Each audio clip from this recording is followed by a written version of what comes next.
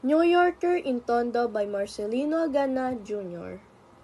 The parlor of the Mendoza house in Tondo. Front door is at right, curtained window is at left. Left side of stage is occupied by a rotten set, sofa, and two chairs flanking a table. On the right side of the stage, a cabinet radio stands against a back wall. Open doorway in center background leads into the rest of the house. It is about 10 o'clock in the morning. When curtain rises, someone is knocking at front door. Mrs. Mendoza appears at center doorway, taking off her apron and muttering to herself. Mrs. Mendoza is a gross, old-fashioned soul who has resigned herself to being modernized by her daughter. Hence the stylish house dress, the frilly apron, and the modern hairdo, all of which look rather incongruous on her. Visitors, always visitors. Nothing but visitors all day long. Nako, I'm beginning to feel like a society matron. Tony, I thought you were in the provinces. But, is that you, Aling Atang? Of course, it's I, foolish boy. Who did you think it was? Carmen Rosales? You don't look like Aling Atang. I had my hair cut. Do I look so horrible?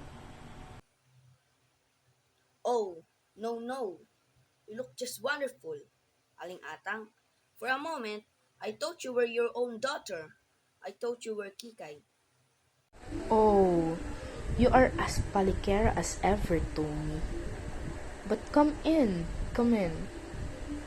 Here, sit down, Tony. How is your mother? Oh, poor mother. Is terrible homesick for Tondo. Aling Atang, she wants to come back here at once. How long have you been away?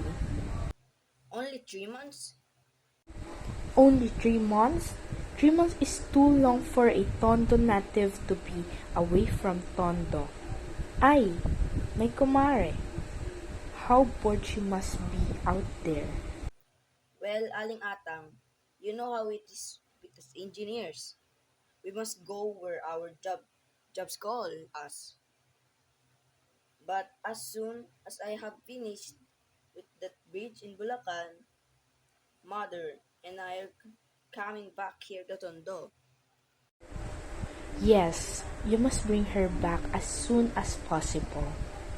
We miss her whenever we play panggenge. That is what she misses most of all. Now I understand how she feels. Your mother could never become a provinciana, Tony.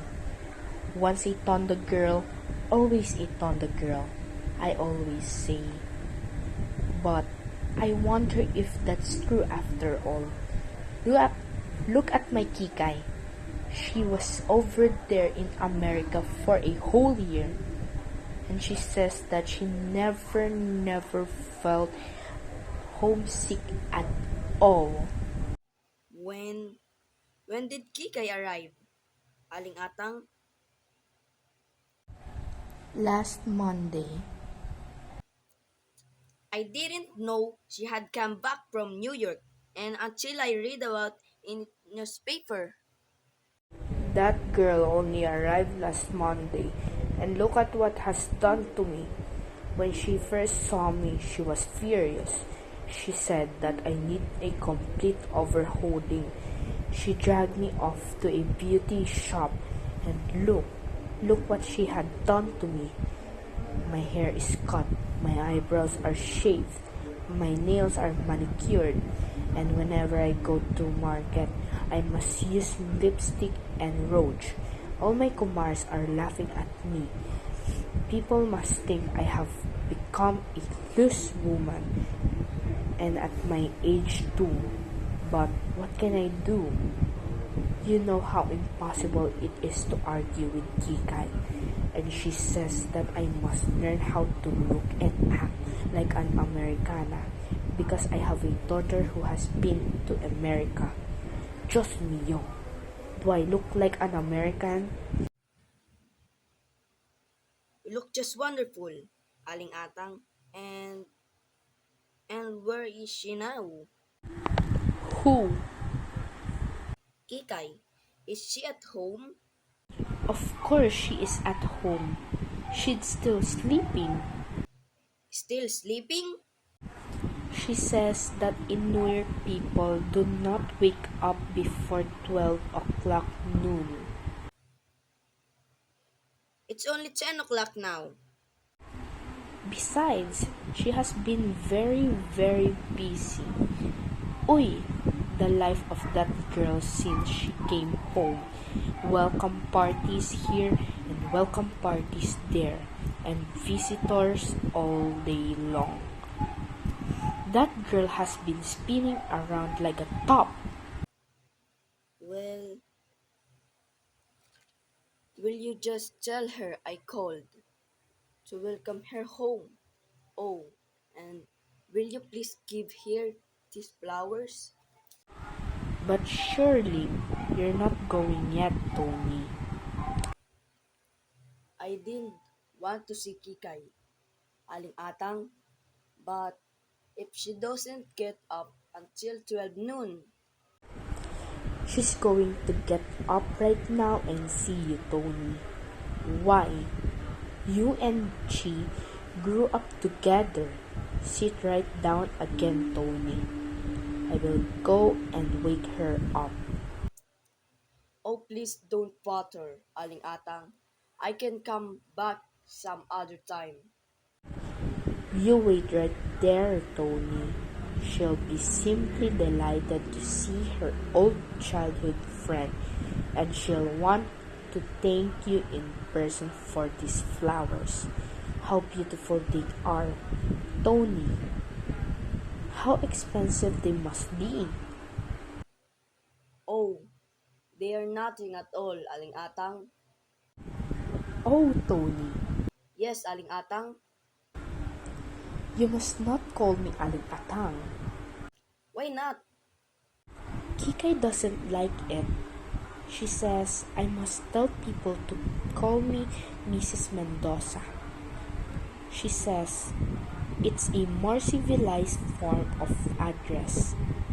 So, and especially in front of Kikay, you must call me Mrs. Mendoza. Yes, Aling. I mean, yes, Mrs. Mendoza. Well, wait just a minute and I will call Kikay. Huh? Oh, and Tony, Yes, Aling. I mean, yes, Mrs. Mendoza. you must not call Kikay Kikay. And what shall I call her? You must call her Francesca. Francisca? Not Francisca, Francesca. But why Francesca? She says that in New York, everybody calls her Francesca. That is how all those Americans in New York pronounce her name. And all she wants everybody here to pronounce it in the same way. She says it sounds so chichi, so Italian. Do you know how many people in New York thought she was Italian? An Italian from California? So be sure and remember, do not call her Kikay. She hates that name. Call her Francesca. Yes, Mrs. Mendoza. Now wait right here while I call Francesca. Ay, Diyos mio. Never mind, Mrs. Mendoza. I answer it. Just tell them to wait, Tony. Tony opens door and Tony steps in. Totoy is the same age as Tony and is more clearly a Tondo chic. The one word that could possibly describe his attire is spotting. Both boys extend their arms out wide on beholding each other. Tony! Totoy! You old son of your father!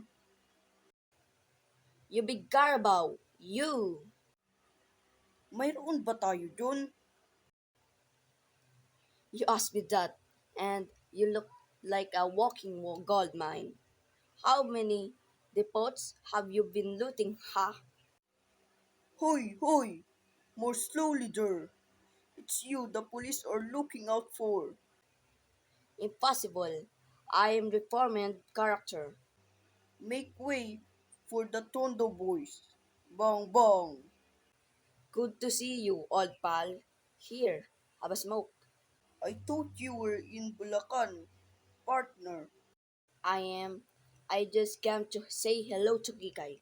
Tony, I've been hearing the most frightful things about the girl. So have I. People are saying that she has gone crazy. No, she has only got to New York. What was she doing in New York? Oh, studying hair culture and beauty science. She got a diploma. Uy, imagine that. Our dear old Kikay. Pardon me, but she's not Kikay anymore. She is Francesca. Francesca? Miss Tondo has become Miss New York. Our dear old Kikay is now an American. Kikay, an American? Don't make me laugh. Why? I know that girl when she has is still selling rice cakes. Puto kayo dyan. Bili na kayo ng puto. Remember, when we pushed her into the canal, She chased us all around the streets. and she was dripping with mud. Naku, how that girl could fight. Dear old Kikay. Knocking at the door, Totoy goes to open it. Enter Nena. Nena is a very well-possessed young lady of 24. Why, it's Totoy. Nena, my own. And Tony too. What's all this? A Kanto Boy reunion? We have to come to greet the lady from New York. So have I... Is she at home? Aling Atang is trying to wake her up. To wake her up? Is she still dreaming? No, she's awake already. She's dressing. Good morning, Nena. Good morning, Totoy. Totoy and Nena are staring speechless. Mrs. Mendoza is carrying a vase in which has arranged Tony's flowers. She self-consciously walks into the room and sets the vase on the table amidst the silence broken only by Totoy's helpless wolf whistle. Well, Totoy. Well, Nena. I said good morning. Why are you staring at me like that? Is... Is that you, Aling Atang? Good God. It is Aling Atang? Totoy, Aling Ataw now prefers to be called Mrs. Mendoza. Oh, Tony, you know it is not I, but Kikay who prefers it. She was delighted with these flowers, Tony. She thanks you very much. Nena, if you don't stop gapping at me, I'll pinch you. How you used to pinch and pinch me, Aling Atang, when I was a little girl. You were a very naughty girl, always fighting with Kikay. You were all very naughty children. This one, especially, always sneaking into our backyard to steal mangoes from our mango tree. Do you still have the mango tree? Yes, it's still out there in our backyard. Come on, Nena. Let's steal their mangoes. You just try. I still run as fast as ever. See if I don't catch you again and pull your pants off. Oh, but I wear suspenders now, Mrs. Mendoza. Oh, you rascal! Come with me to the kitchen. Why? To pull my pants up? No, idiot! I want you to help me carry something. Aling Atang, don't prepare anything for us. We're not visitors and we're not hungry. It's only orange juice, Nena. I was preparing some for Kikay. She takes nothing else in the morning. She says that in New York nobody eats breakfast. Come along, Totoy. Exits. Mrs. Mendoza and Tony left alone. Nena and Tony are silent for a moment. Tony seated, Nena stands behind the sofa. Well, Tony. You shouldn't have come today, Nena. Oh, why not? I haven't talked to Kika yet. You have talked to Kika yet. I thought you were going to come here and tell her everything last night. I lost my nerve. I didn't come last night. Oh, Tony. Oh, Tony. Use your head, Nena.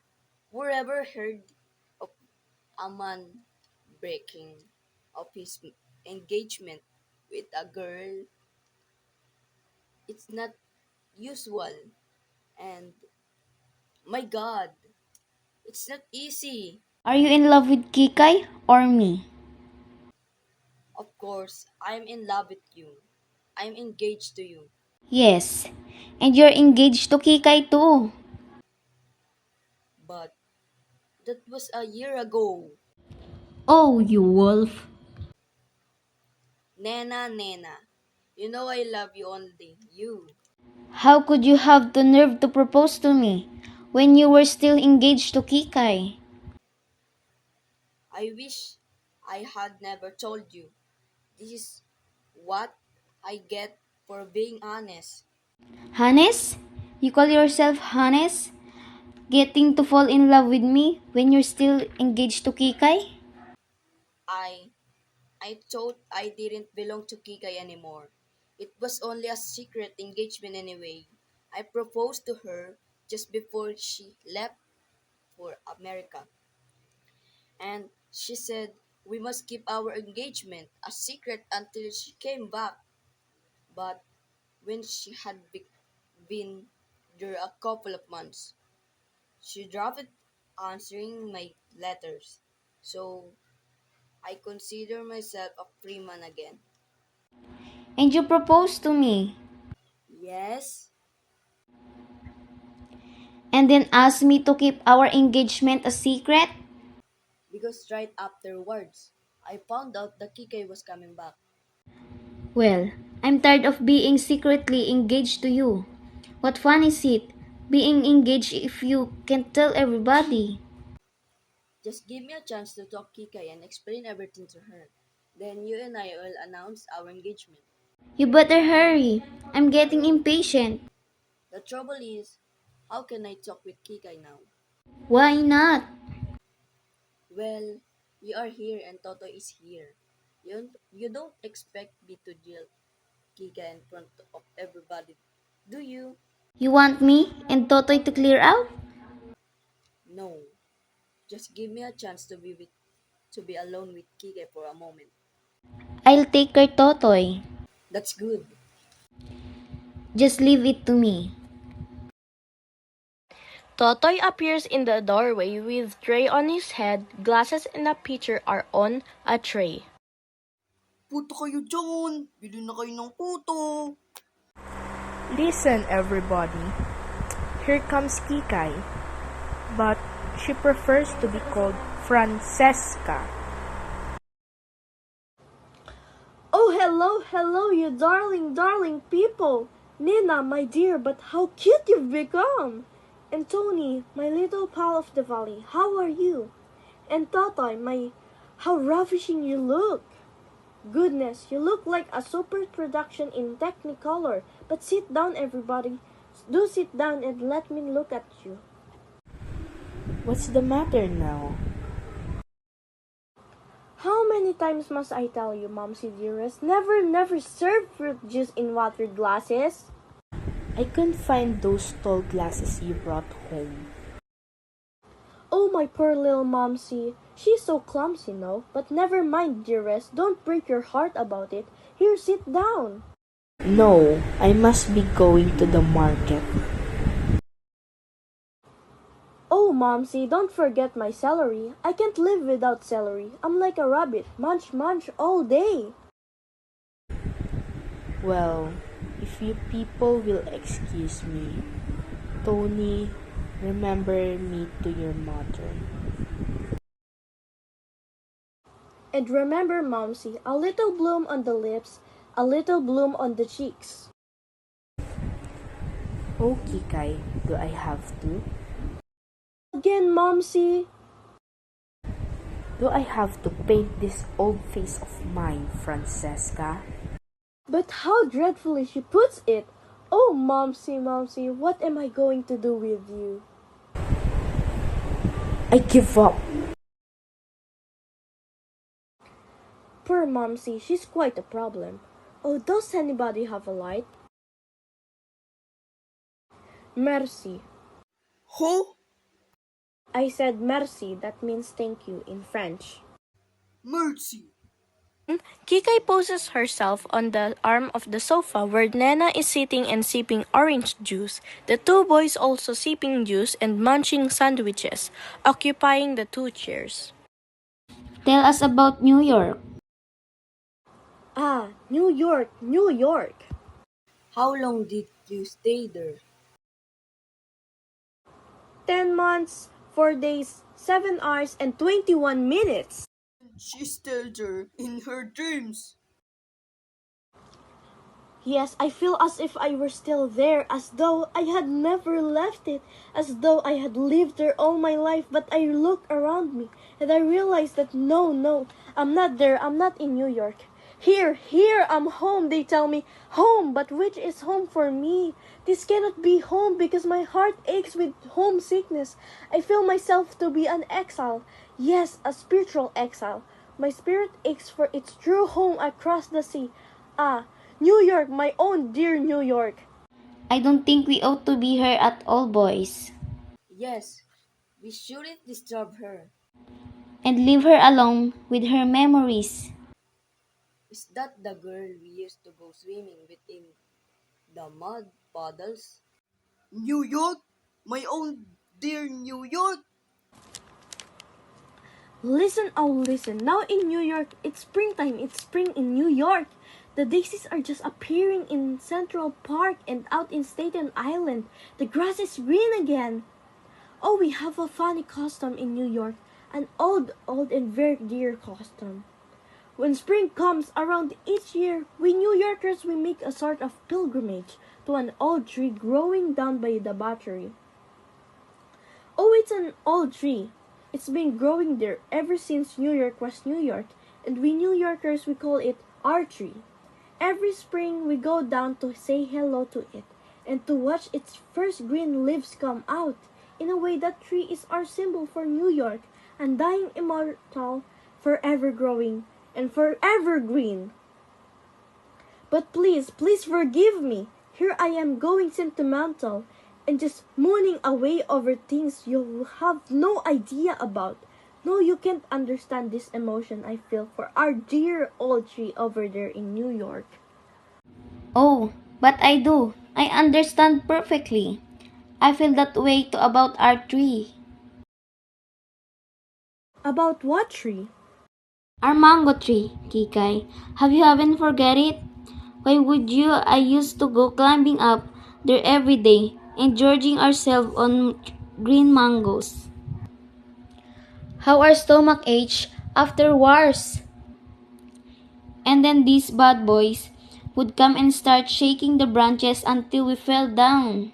Otong once caught me climbing the tree and she grabbed my pants and up they came. I was up there in the tree at that time and I laughed so hard I dropped it down. Yes, and Aling Atang chased you all around her yard with her broom. And when she caught you, bang! She hit you on your head with the broom and how you scream.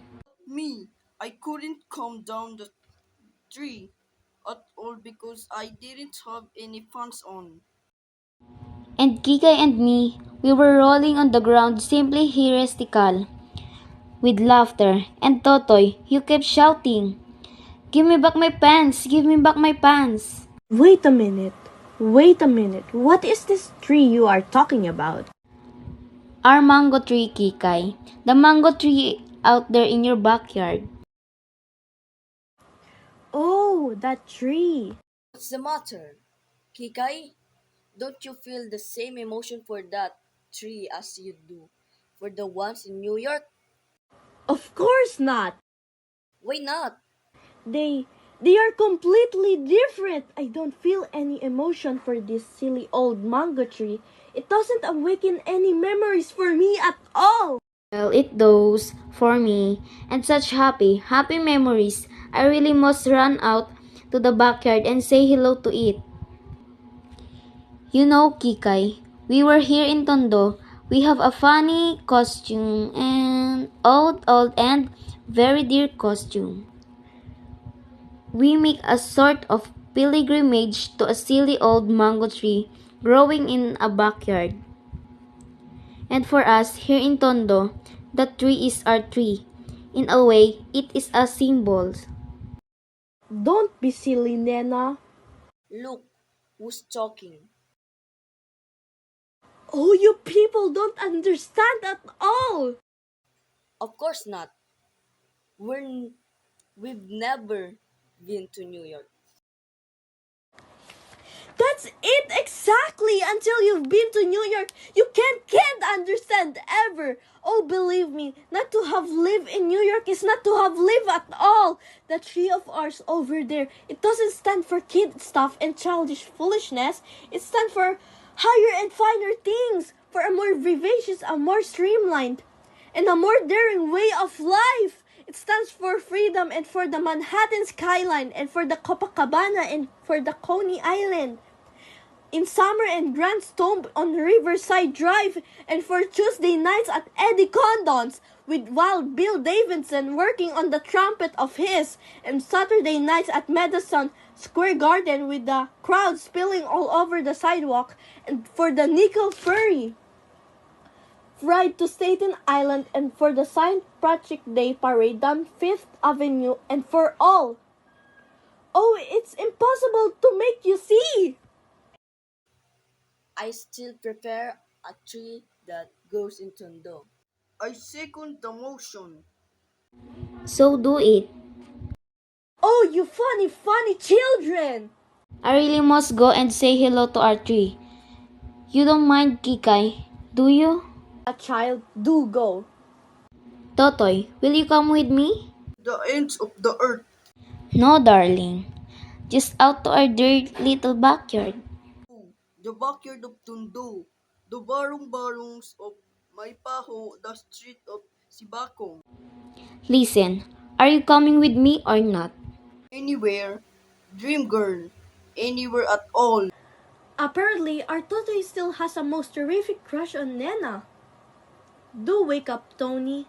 What are you looking so miserable about? Tony rises from his chair and sits down beside Kikai on the sofa. He is nervous and cannot speak. Kikai smilingly gazes at him. Kikai, I don't know just how to begin. Just call me Francesca. That's a good beginning. There is something I must tell you. Something very important. Oh, Tony, can't we just forget all about it? Forget? That's the New York way, Tony. Forget. Nothing must ever be so serious. Nothing must drag on too long. Tonight, give all your heart. Tomorrow, forget. And when you meet again, smile, shake hands, just good sports. What are you talking about? Tony, I was only a child at that time. When? When you and I got engaged, I've changed so much since then, Tony. That was only a year ago. To me, it seems a century. So much has happened to me. I've become a completely different person in just 1 year. After all, what's a year? What's a person? Just relative terms. More can happen to you in just 1 year in New York than in all a lifetime spent anywhere else.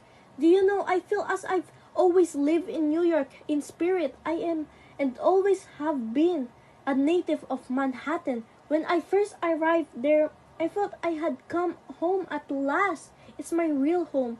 Oh, listen, last summer it was really hot. One of the hottest summers we ever had.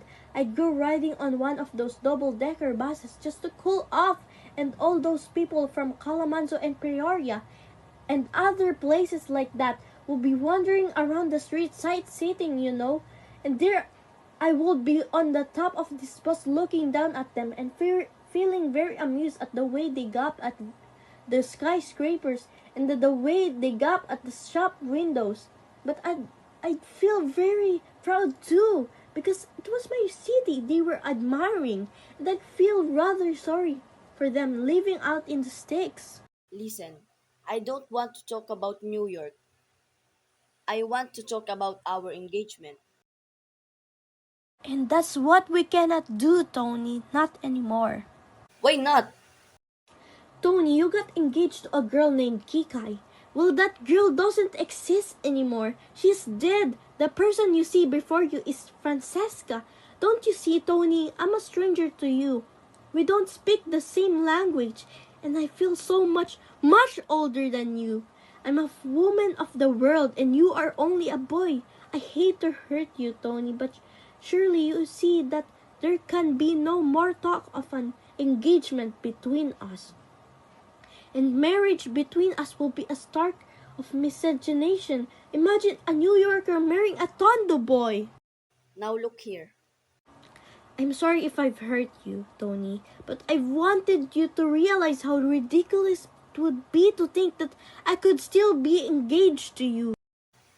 I'm not going to sit here and be insulted.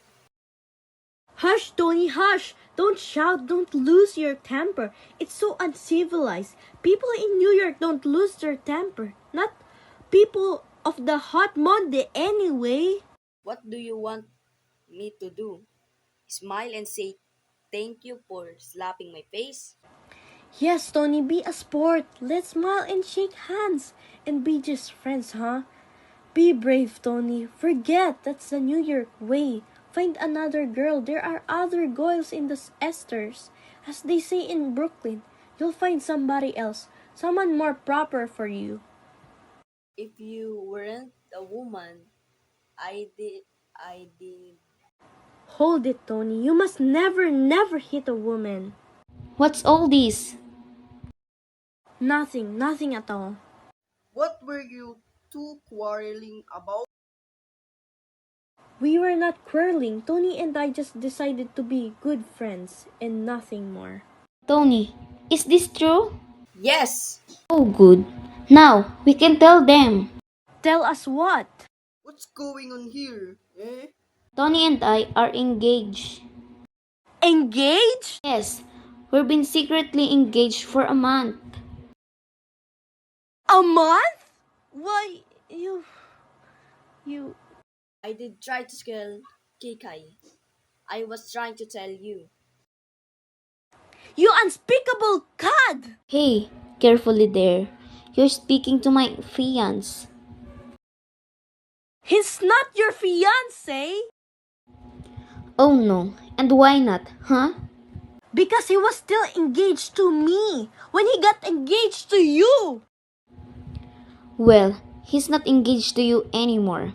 You just said so yourself. Ah, but I didn't know about all this. This treacherous business. Oh, the shame of it. Getting engaged to you when he was still engaged to me. Do I look like the kind of girl who'd let a man jilt her?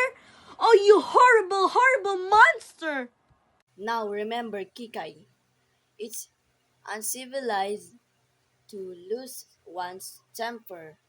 People in New York Don't lose their tempers. Not people of the house Monde anyway. I've never felt so humiliated in all my life. You beast, I'll teach you to humiliate me. I told you to leave him alone. He's my fiance. And I tell you he's not. He's engaged to me until I release him, and I haven't released him yet. You ought to be ashamed of yourself. You're just being a dog in the manger. You ought to be ashamed of yourself, stealing my man behind my back. What? What did you say? Totoy, pull them apart. You keep out of this or I'll knock your head off. Naku, lumabas din ang pagkatondo. Shameless hussy. Man eater! How dare you suck her? What? She hit me first? Look what you've done to her. Are you trying to defend her? You never defend me. Shut up! I hate you. I hate you. Shut up or I'll bust your mouth up. Don't you talk to Nena that way. You keep out of this. He's more of a gentleman than you are. He defends me. You take your hands off her. I told you to keep out of this. Oh, Totoy, you saved my life. Totoy, take me away from here. Are you still engaged to him? I hate him. I never want to see him again in my life. Good. Come on, let's go. Hey, Don't you speak to me, you brute. I wasn't talking to you. Don't you speak to me either. You have insulted the woman I love. Oh, Totoy, why have you never told me? Well, now you know. Congratulations. Let's go, darling. I don't like the smell around here. Exit Nena and Totoy. Tony rises and does himself. Kikay is on the floor on the other side of the room, her haughty back to him. Now you've run my life. I hope you're satisfied. Don't you come near me, you can't boy! Don't worry. I wouldn't touch you with a 10-foot pole. I wouldn't touch you with a 20-foot pole. Just 1 year in New York, and you forget your old friends. Just 1 year that I'm in New York, and what did you do? But when we got engaged, you swore to be true. You promised to wait for me, and I believe you. Oh, you're a fickle. What are you crying about? Be brave. Forget. That's the New York way. Nothing must ever to be serious. Nothing must ever drag on too long. Oh, Tony, please. Besides, there could be no more talk of an engagement between us. We don't speak the same language. Marriage between us would be a stark miscegenation. Imagine a New Yorker marrying a Tondo boy. Oh, Tony, I've been such a fool. I'm sorry, Tony. Well, I'm not. I'm glad. I found out what kind of a person you are. Oh, Tony, you are wrong. I'm not that kind of person at all. Oh, person.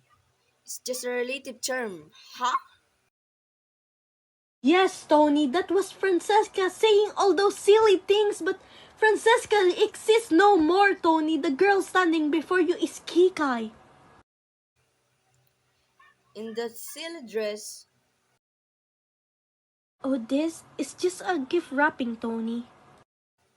Well, well, well. It's true, Tony. I'm Kikai. Remember me? If I remember it right, I was right. I was engaged to a girl named Kikai. Yes, and you are still engaged to her, Tony.